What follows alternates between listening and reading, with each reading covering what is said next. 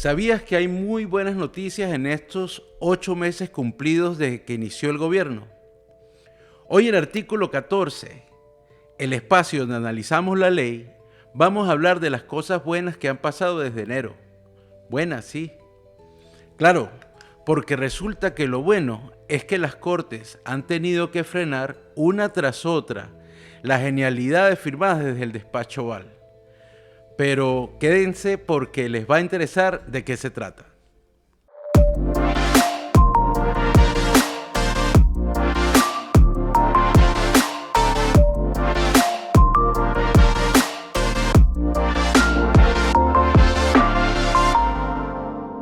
¿Recuerdan la orden ejecutiva 14160 que buscaba quitar el derecho de ciudadanía automática a los hijos nacidos de personas que no tuvieran estatus legal en el país?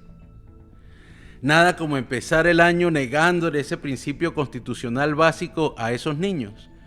Pues la noticia buena es que jueces desde Maryland hasta New Hampshire dijeron: alto ahí, señor presidente, aquí no se juega con la enmienda 14.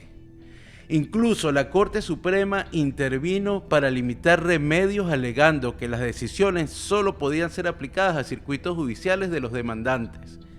Pero al final, varios jueces hallaron la forma de mantener el freno con las acciones colectivas llamadas club cases. Y se paró esta pretensión. Buena noticia, ¿verdad? Habían escuchado de la orden ejecutiva que exigía documentos de ciudadanía y modificaba los plazos de voto por correo. Algo que querían insistir en terminar. Porque, por supuesto, la idea es poner trabas para registrarse y votar. Por fortuna, jueces en Massachusetts y en Distrito de Columbia pararon esa intención, al menos por el momento, en la cabeza de esos genios que están insistiendo en la idea. Las órdenes contra la diversidad, equidad e inclusión. Se intentó borrar con una firma presidencial todo lo que olía a igualdad.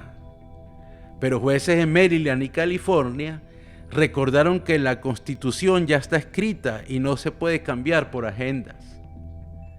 Por ejemplo, el presidente, en una locución que hizo este martes, el 2 de septiembre, dijo que ahora los policías van a ser grandes y con cara de malos, y que los que consiguieron esos trabajos antes, por respeto a la igualdad de oportunidades, y que son de talla más delgada, o me imagino que las mujeres, no van a poder aspirar a trabajar en las fuerzas policiales, porque claro, había que llenar esos espacios de televisión diciendo algo.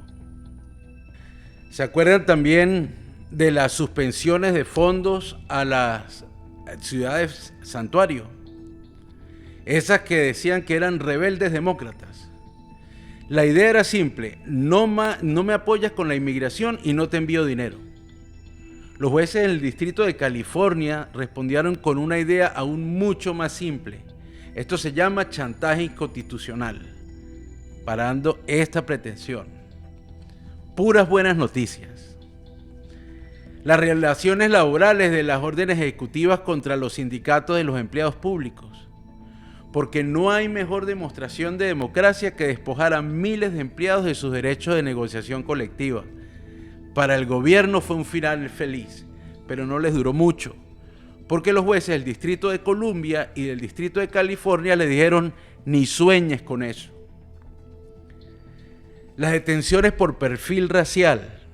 En Los Ángeles se intentó revivir una vieja práctica: detener a la gente según cómo luce, dónde vive o qué idioma habla. Pero claro, ¿qué mejor estrategia de seguridad nacional que confundir el fenotipo, el perfil racial con el delito?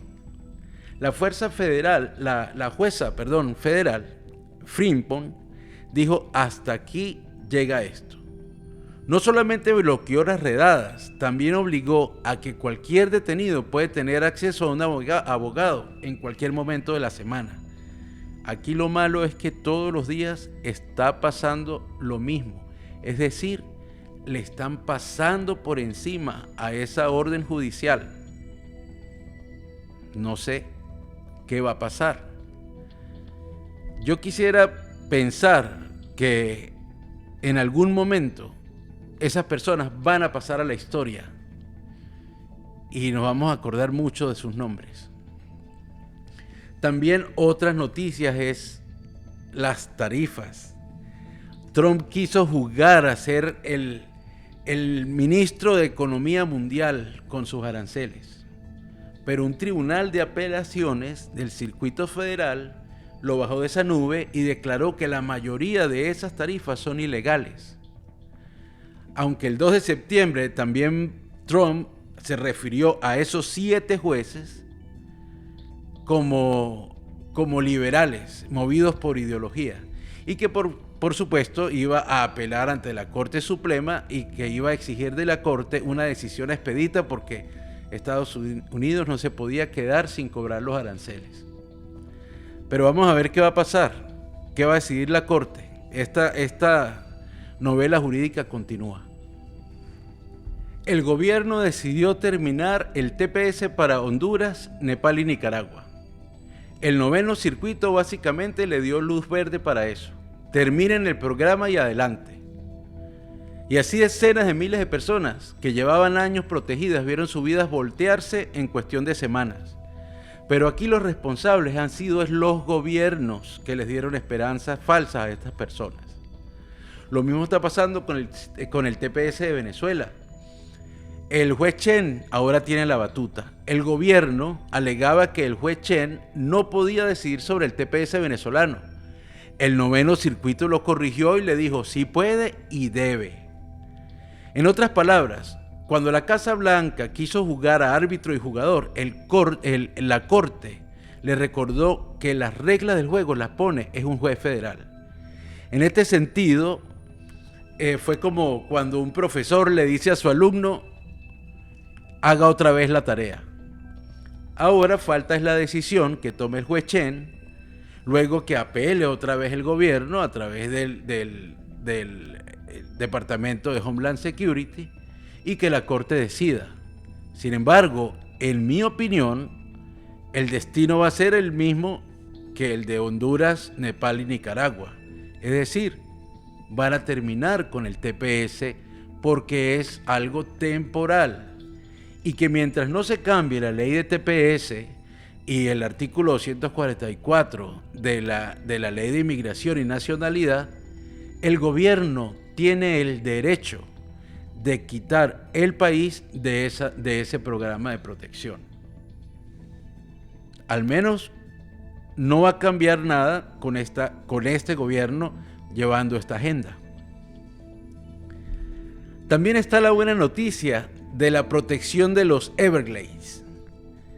Respecto del centro de concentración ese que habían hecho allí apodado Alligator Alcatraz, porque aparentemente a alguien le pareció muy buena idea encarcelar a personas junto a los caimanes, pero la jueza Williams ordenó parar todo. No más construcciones, no más presos y desmantelar cercas y generadores en 60 días. Cuesta creer que en pleno 2025 existan genios que no conozcan el concepto de ley ambiental y especies protegidas. Miren, la militarización de California, la genialidad del presidente de desplegar la Guardia Nacional y hasta Marines en las calles de Los Ángeles, como si fueran extras en una película de acción.